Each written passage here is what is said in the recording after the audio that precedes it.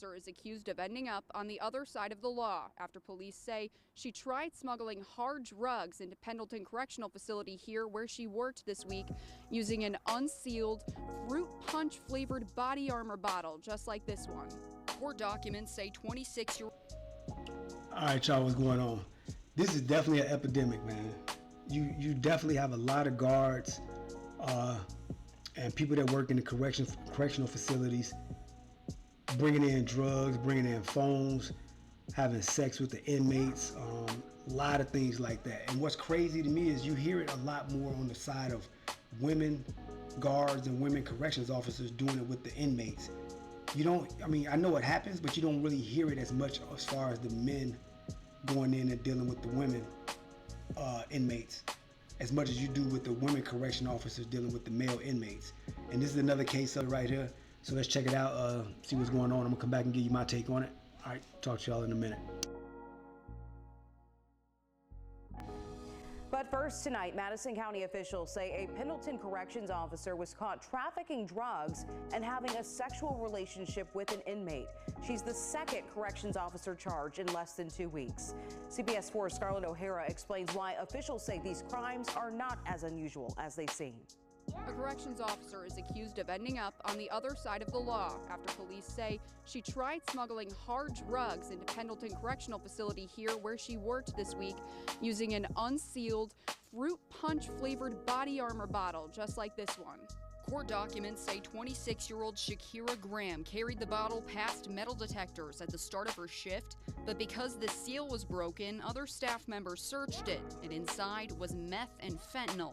Investigators then learned she was having a sexual relationship with a convicted murderer currently serving 60 years. It gets to the point where it doesn't even, you don't think it's strange because it happens so often. It's really unfortunate.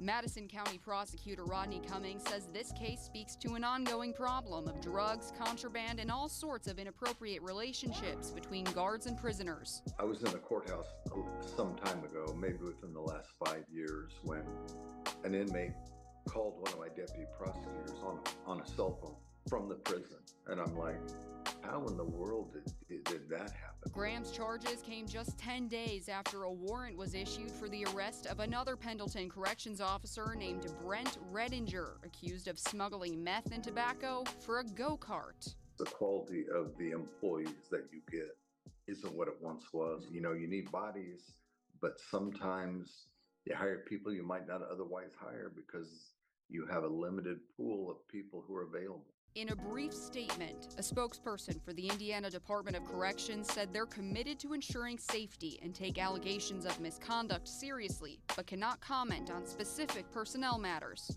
Monitoring the people who come in and out of the facilities a lot closer than they are, whether that's possible without making unreasonable risks to health and intrusions on individuals' personal liberties. Those are issues that the DOC needs to deal with. Online court records show Shakira Graham was scheduled to be in court this afternoon, but at last check, no other updates in her case have been made public.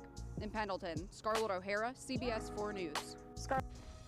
But first tonight, Madison County officials say a Pendleton corrections officer was caught trafficking drugs. All right, y'all.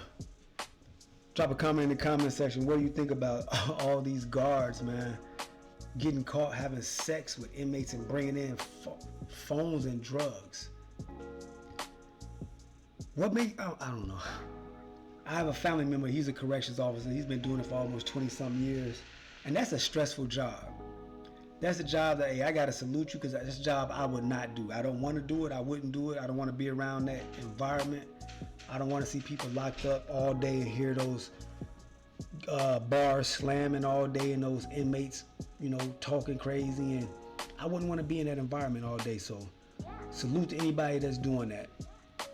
And what you heard the attorney say is because the United States is locking up so many people that they having an issue getting workers. Having an issue getting guards or finding quality people or finding people that really, So basically, anybody's getting that job. And that's not a job you got to have a degree to get in or any type of skills to be in. You just got to be a body and be able to take orders. So they're getting a certain demographic that's working in that sector, in that field. But what's crazy is you see a lot of women doing this with the male inmates. It's a disproportionate number of women guards dealing with male inmates than you see male guards messing with women inmates. That's one thing that I've noticed. But what's crazy is she's going to work. She's going to jeopardize her future, her job, and possibly being in prison from, first of all, dealing and having sex with a murderer in jail. Are you really that vulnerable that you will be having sex with a man that's locked up in jail for the next 60 years of his life? There's no possibility of him getting out, starting a family with you, or doing anything. And then on top of that, she made it even worse where she was bringing in drugs and phones for him. What type of a mentality or a mindset does that correctional officer have to be, or how vulnerable does she have to be for her to fall for that?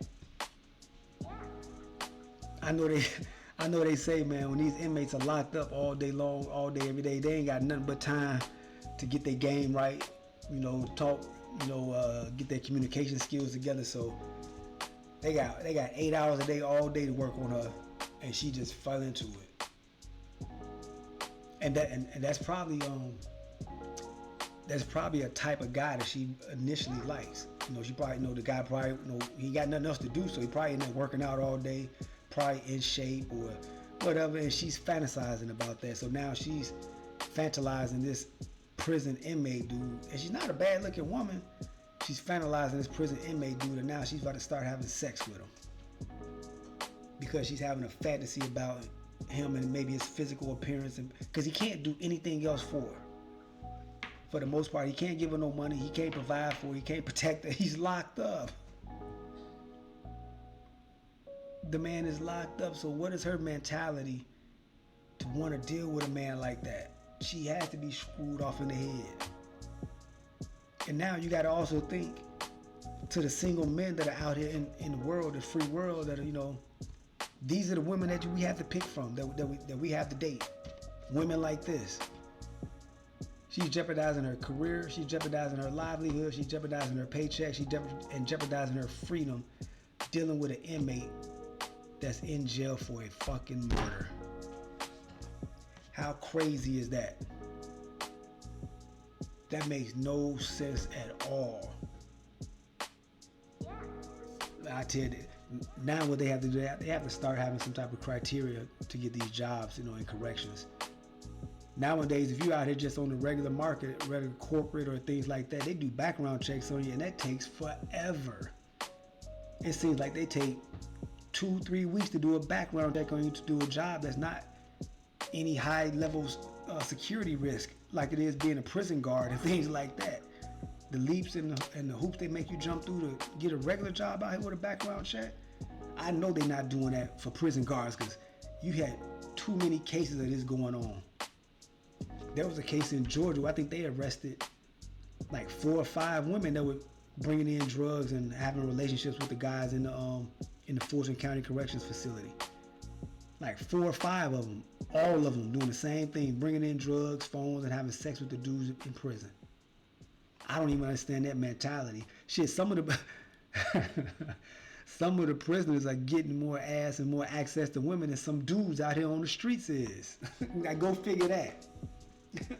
They locked up in prison and they still got more access to women than some of the dudes out here in the free world. That's wild. It's a crazy world out here, man. It definitely is crazy, and it ain't getting any better. But let me know what y'all think about this. Drop a comment in the comment section. Let me know what's going on with the women in these corrections officers jeopardizing their freedom, dealing with felons and criminals. I don't understand it. Help me to understand it. Drop a comment in the comment section. Hit that like button. Elevation Nation Conversations, God Body Shine. I appreciate y'all for tuning in, and we're going to check y'all on the next one. All right, peace. I'm winning. I'm winning. I'm winning. I'm winning. I'm winning. I'm winning. Elevation Nation Conversations, God Body Shine.